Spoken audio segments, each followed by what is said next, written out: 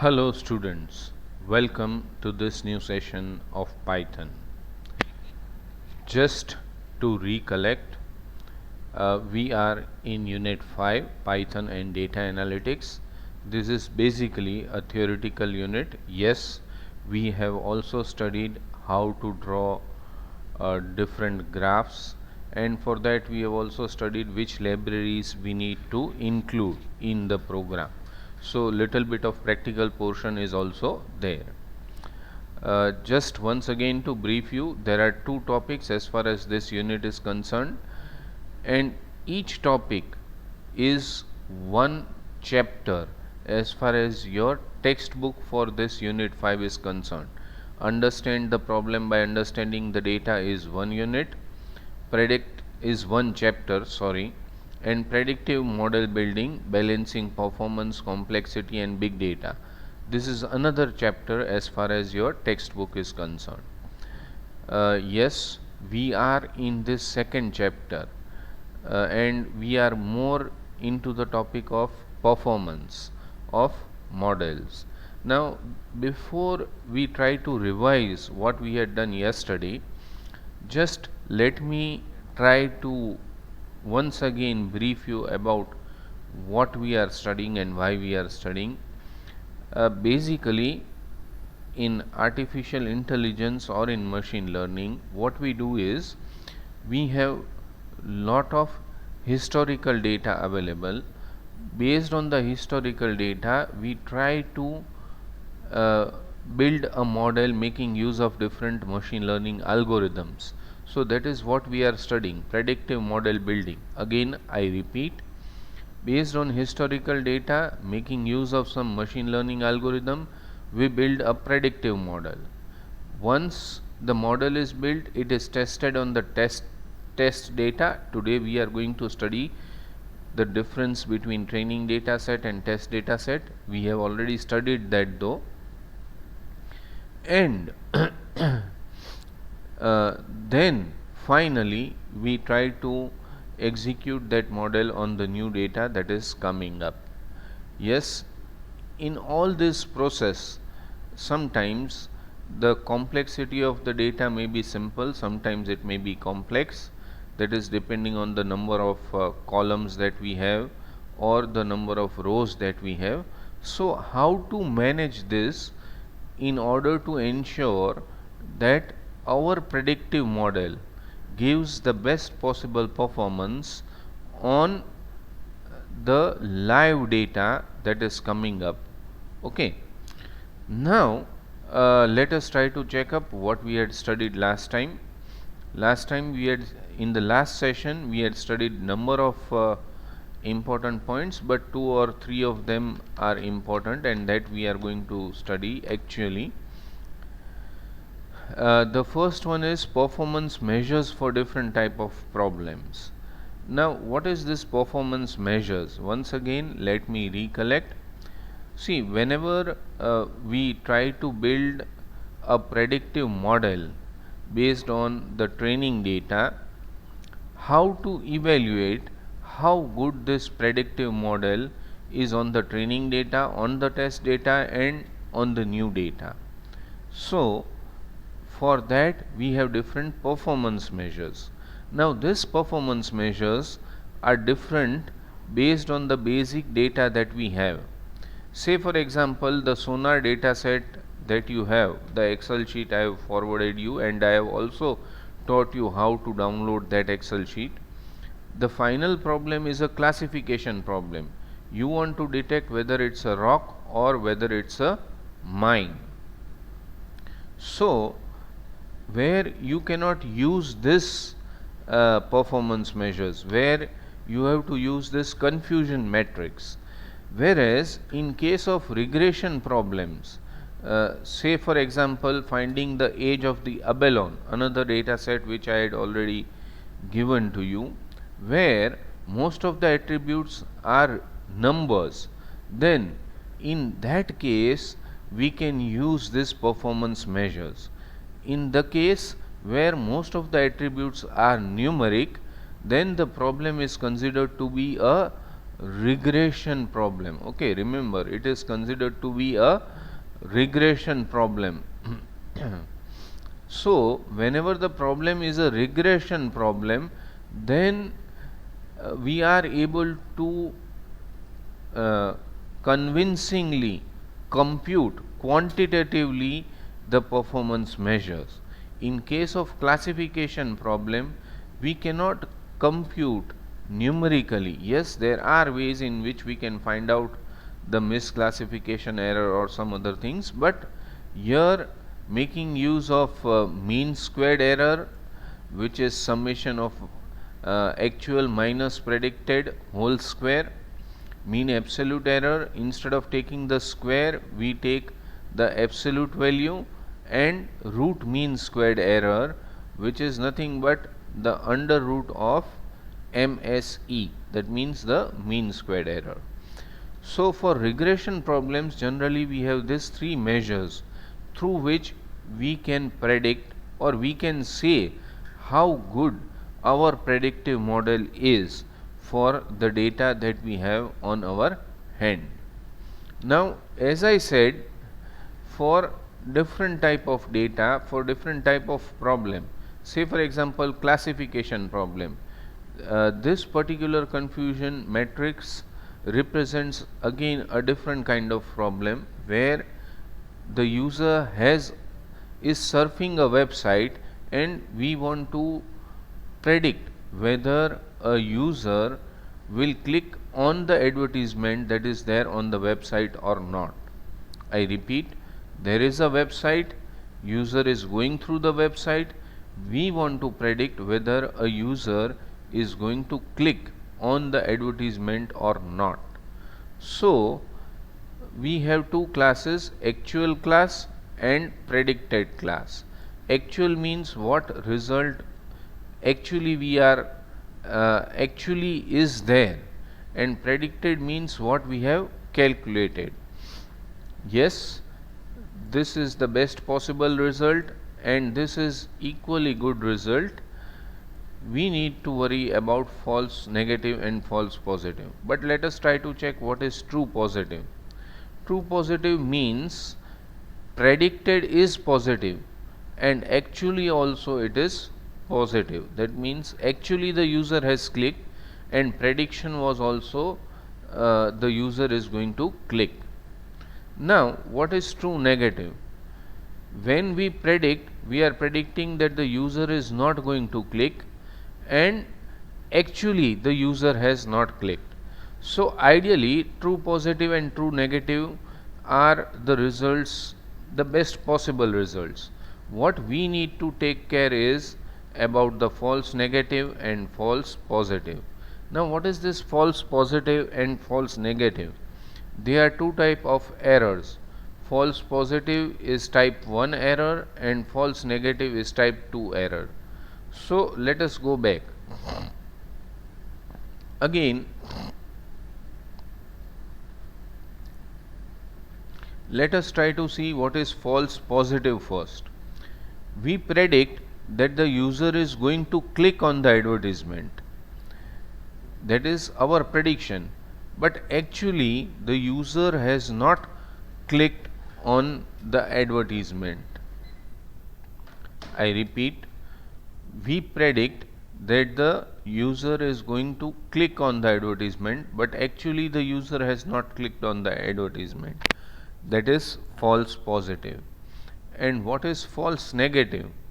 Here we predict that the user is not going to click on the advertisement, but the user has actually clicked on the advertisement. So it is this two that we focus on and we try to minimize. If we try to minimize this two, then definitely the predictive model is going to perform better. Or in the sense, whenever we have a classification problem, we can have this type of confusion matrix or a contingency table. It is also referred to as a contingency table, through which we can say it is one kind of misclassification error. That means 22 plus 7 are the cases which are not classified correctly. Means actually the user has clicked, but we predicted that the user is not clicked, and vice versa. So this is an important topic, and most likely to come as far as your university exams are concerned. So make sure that you are preparing this correctly. And as I said, false positive rate is type 1 error, false negative rate is type 2 error. Then the thing that we studied is we studied something known as receiver operating characteristic, the ROC curve. Remember, this was once asked in your university exam. Now, just let me brief you over here, and then we proceed with what we are supposed to study today. ROC curve basically came from the military world, in the sense what the Air Force try to do. They try to detect the fighter aircrafts of the enemy, making use of a radar. And if it is present, I mean, the output of the graph of ROC tells whether it is present or not. And from that, this graph name or curve name has come. Basically, this graph is based on two things: true positive rate and false positive rate. We can just check the graph over here. This portion is referred to as area under the curve, and as you can see over here, the area under the curve is 0.98. That means 98% of the values are falling in area under the curve. That means it's a very good result. Yes, ideally, if you can observe this line, which is splitting the entire graph into two parts, if the curve falls below this line, that means the model has got some problem. As far as the ROC curve area is more than 75 percentage, that means our model is fine and we need not worry that much. Yes, we need to try and improve the area which comes under the curve, and try to increase that area as much as possible. Fine. So today, once again, we are going to study something about the training set, the test data set, and lot more.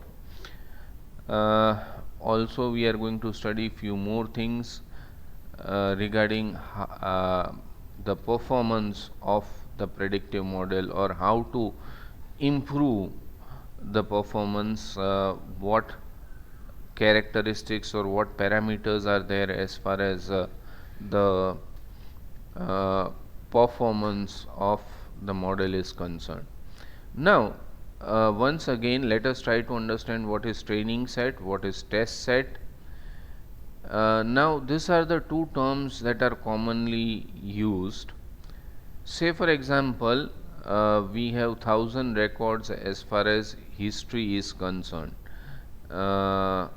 We can assume of rock and mine data set, we can assume of Abelon data set, or these are the result of 1000 students that we have. Now, what we do is we want to predict the result of 1001 student. Okay, 01th student, that is the real data set. Now, in order to do this, what we have to do? We split this data into two parts. One is the training data and another is the test data. Generally, the training data will cover around 750 records. There is no hard and fast rule as to how many records should be there in the training data and in the test data. It all depends on the data set and on the functionality of the data set. But this is the general criteria 750 and 250. Yes, in the sense 25 to 35, this 750 can go to as low as 650 and this can come up to 350. In the sense, let me try to tell what is done. First, the work is done on this 750 records. That means when we make use of the machine learning algorithm to build a model, we build making use of the 750 records for which the output is known, whether it's a classification problem or whether it's a regression problem, irrespective of that. Once we have built a model, we try to test it out on the 250 records which were kept aside. Now, why these 250 records were kept aside? Because again, we know the output of this 250 records, irrespective of whether it's a classification problem or whether it's a regression problem. We know what is the output of this 250 records. So, after building a model, we test it using this, and once we find that it is performing significantly well, then it comes to this 1000 first record, and on that record we try to perform the actual test. So basically, yes, you need to know about two terms, the training set and the test set. I hope it is clear. Now, this is one common method that is employed. There are other methods to improve the performance, which is known as n-fold cross validation. Now, what is this n-fold cross validation? Yes, we are trying to improve the performance, but at a cost. At what cost? At increasing the training time and trying to identify the best possible outcome. What is basically done? Say for example, if the example that we took in the last case, there are 1000 records. So what is basically done is, this 1000 is divided into 5 sets of 200 records each. Now this 200 records, there are each block contains 200 records. Okay, each block contains 200 records. What is done? The first block is first taken as the test data set, and the remaining, this becomes the test set,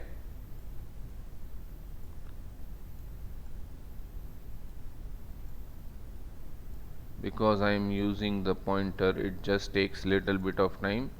This is taken as the test data set. The remaining data is taken as the training data set. I am not writing it down, but remaining n minus 1 are used for training. That means first time this becomes set of 800 records becomes the training data, 200 becomes the test. We will try to check what is the accuracy of the model. The next time the second block becomes the test set and the other set of records becomes the training set. That means, yes, we have to repeat the process n times depending on how many blocks we have created. Again, there is no such rule that we have to create 5 blocks or 6 blocks. It totally depends upon us. Yes, this is good for some kind of data, but for time series data it may not be that good. So by increasing the training and testing, we are trying to check which one or the combined accuracy is the best. So this particular method is known as n-fold cross validation. Again, this is a topic on which you are likely to get some questions in the university exam. The n-fold cross validation can keep more of the data in the training set, which generally gives lower generalization errors and better final performance. Now, why it gives better final performance? Generally, if only one block is taken as the training and the remaining are taken as testing, if that part of testing is good, then the errors are going to be minimum. But when we are taking each part as testing separately, then when we are preparing the model, most of the different kind of data is going to be included. It is not that a particular kind of data is there. Say for example, I will consider the student performance. We are taking one block which has got students with say A grade, that means more than 80 percentage, then this block has got all good students. So when the training is done using this data set and testing is done using this data set, the accuracy may not be that good. But when we keep on changing, say this block is of students who are failing in one or two subjects. So if this also is taken as a test data set, then the accuracy is going to change, and that is why what we say is generally gives lower generalization error and better final performance. That is the main reason of using n-fold cross validation. But yes, at the expense of taking more training time, the time that is taken to train the data is going to increase a lot. And remember, in machine learning or in artificial intelligence, this is quite significant. Now, the sampling can be taken in a random way. That means here we are preparing blocks of 200 records. There are two approaches: random sample, that is, if there are 1000 records, I can pick up any 200 records. But the other better method is stratified sampling. The reason, again, what I told you just before a while, why we are performing n-fold cross validation, because it ensures that you are not getting the sample which all contains the same type of data. Stratified sampling divides the data into separate subsets that are separately sampled and then recombined. This is the concept of stratified sampling, and basically all of you have probably should have learned this in your high school. So one is the case of random sample, which we do in statistics, and the other is the case of stratified sampling. Many times stratified sampling helps, but most of the times it is observed that in case of machine learning, random sample apart from time series tends to give a better result. Yes, after the model has been trained and tested, it is a good practice to recombining the training and test data into a single set and retain the model on a larger data set. That is, first experiment on 750 records, then on 250 records, then again fine tune the model for the entire set of 1000 records. That is what we try to do, and that model will be little bit better compared to the previous case. Now, how to ensure that there is harmony between the model and the data? Of course, the model has come up from the data itself, but there is one measure which is known as ordinary least square method, corresponds to minimizing the sum of square of differences between the observed and predicted value. If you try to recollect the formula of mean squared error, that is what it was, yi minus y cap whole square. But what happens? There is a problem with OLS. It can overfit a problem. Now, this again is an important term and can be asked in the university. What is overfit, or what is the question of overfitting?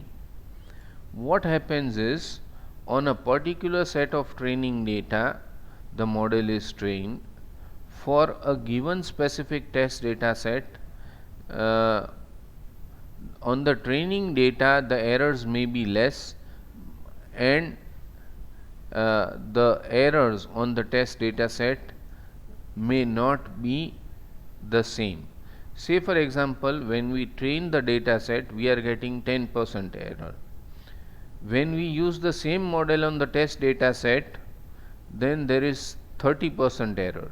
That means there is significant difference between 10% and 30%.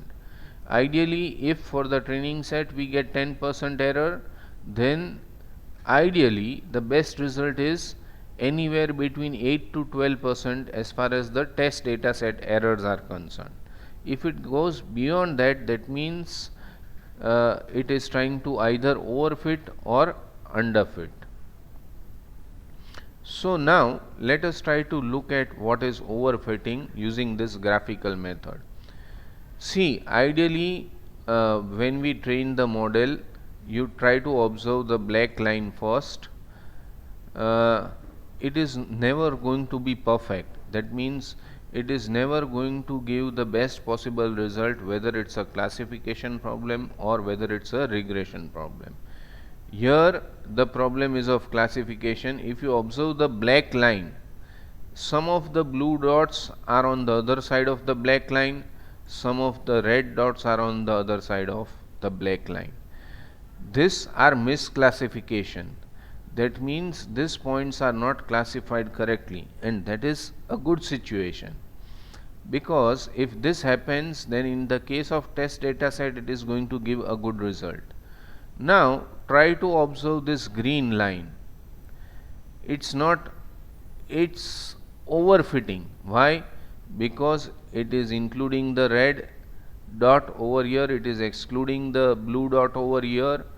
That means it is working 100% nicely on the training data set.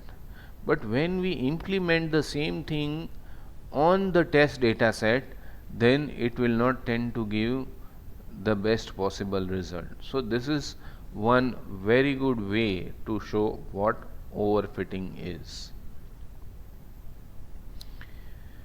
Yes, modern algorithms generate a number of models of varying complexity and then use out of sample performance to balance model complexity, problem complexity and data set richness. There are two things which I would say.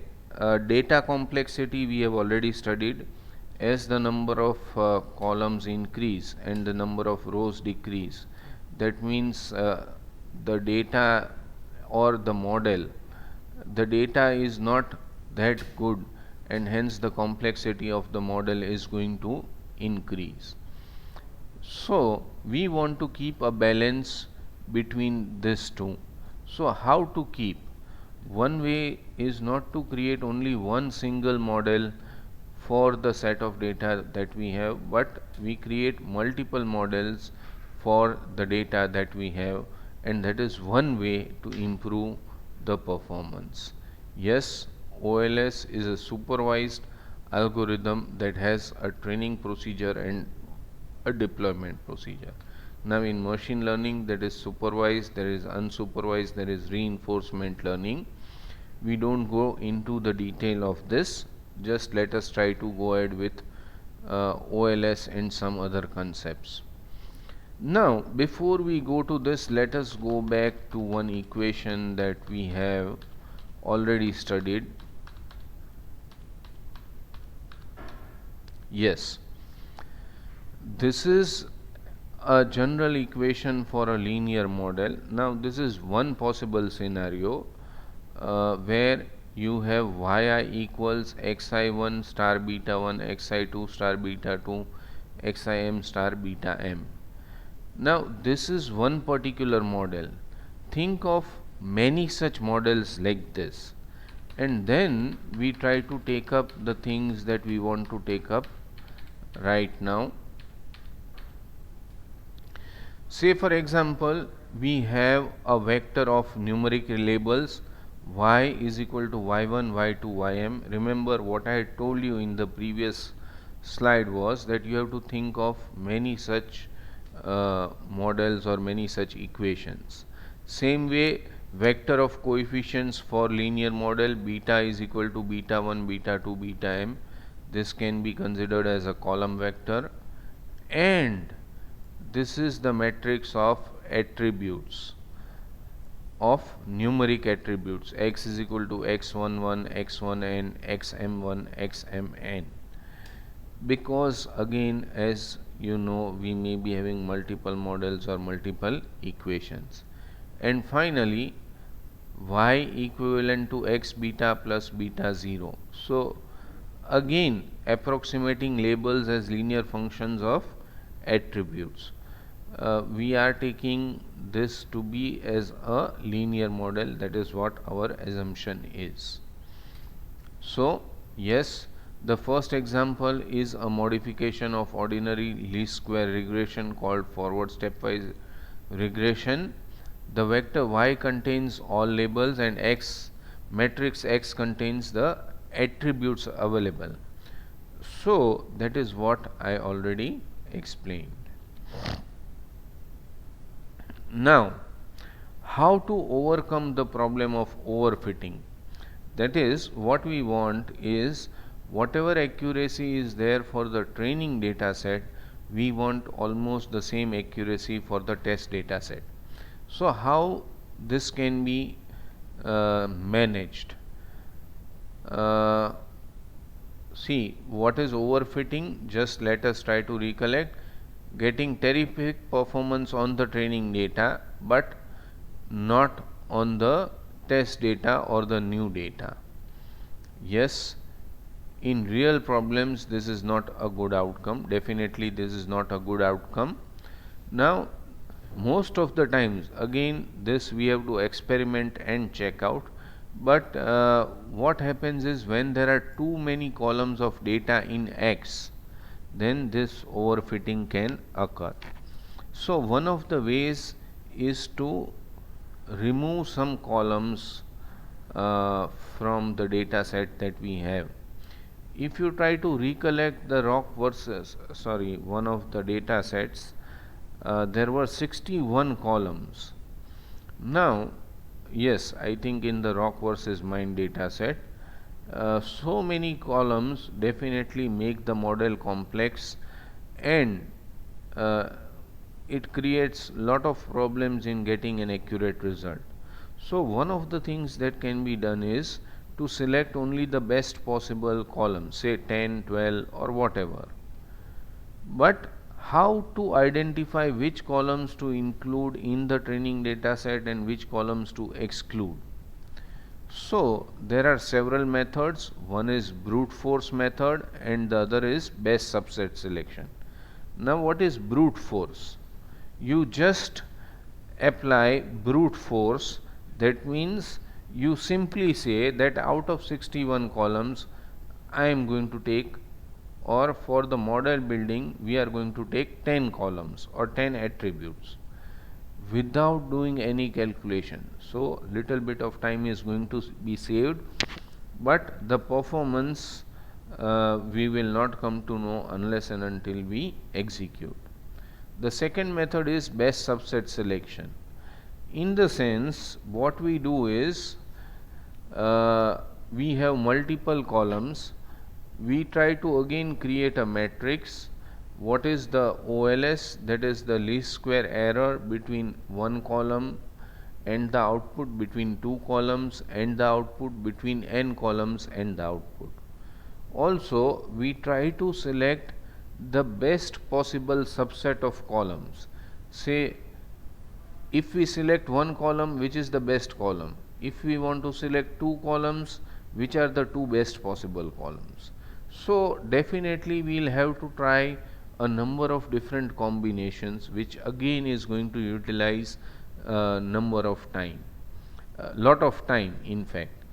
So one of the steps is consuming time and trying to have the best possible performance, or the other is to deploy the one column version, the two column version and so on. In the sense, let us try to check over here. we can go with forward stepwise regression. What is forward stepwise regression? Before that, we go through best subset selection. What I explained is best subset selection, in the sense where if you have 10 attributes, what are the possibilities? 2 raised to 10, that is 1000 different subsets are possible. We try to work on each of them, and which subset gives the best possible output we are selecting. But this is lengthy and time consuming. So what is forward stepwise? It is to start with one column subset, then to add the best single column, to find the second column to append, and so on. That means we keep on adding the best column with the minimum error, and then to a certain point the performance is going to improve. Beyond a certain point the performance will come down. So that is what is known as forward stepwise regression. Again, that is also going to consume some time. They uh,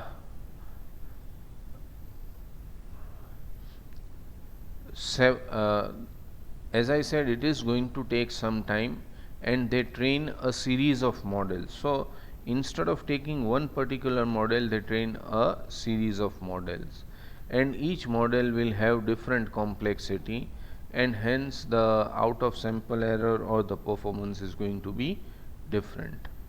Now let us try to observe one such graph.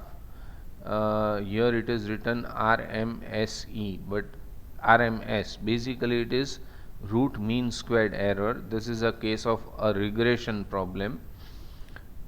We are taking RMSE as a function of the total number of attributes.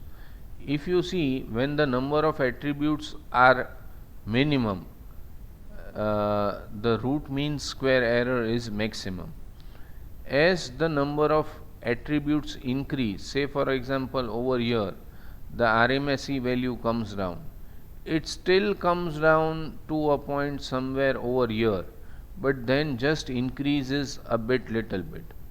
So always maybe some point over here is the best point, in the sense, say for example 9 attributes if we take, then the RMSE is going to be minimum. And this graphical methods help us to identify how many columns are best for this particular example. Now this graph is drawn from the wine quality prediction, the wine example, the wine data set which we had studied, which wine is the best. Now this is what I explained you in the previous case. This is 3.13, and they train a series of models. That means for one column, two columns, and so on, and the number of columns for which the RMSE is minimum is selected. Now a few more plots can be studied. Let us try to check one more plot. Again, this is from the wine data set. This is the actual test score, and this is the predicted test score. Ideally it should go something like this, the graph, but try to observe these dark parts, the dark portion. The test score for attribute 5 and attribute 6 is quite dark, and where the actual and the predicted scores are intersecting, that is what we observe. And because they are all integer values, that is why we get horizontal line graphs. That means these dots appear on the straight line. So this dark portion seem to tell that these attributes are better compared to the others. Now there are many different ways, many different methods in which you select the best attributes. It is up to the experimenter who is doing the experiment should know the functionality of the data and then go ahead. Yes, the process is to train a family of model. The model to deploy is chosen to minimize the out of sample error. That means instead of training one model, we train multiple models and we select the one which has minimum out of sample error. The number of attributes to be incorporated in the solution can be called a complexity parameter. That means it's just a term that is used to include the number of columns. Yes, models with larger complexity parameter have more free parameters and are more likely to overfit the data than less complex model.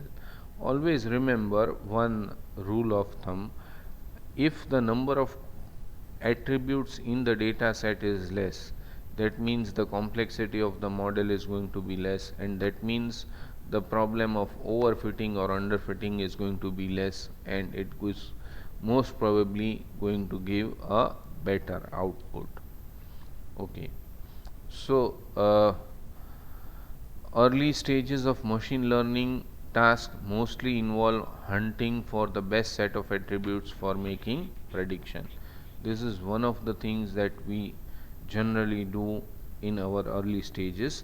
Though what we are doing at present is we are just collecting the theoretical knowledge.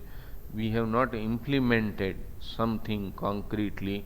That means either we need to take the rock and mine data set or the Abelon data set, and we need to implement a machine learning algorithm and to check how a model is built and how we can actually evaluate the performance. Okay, so with this we end this session today.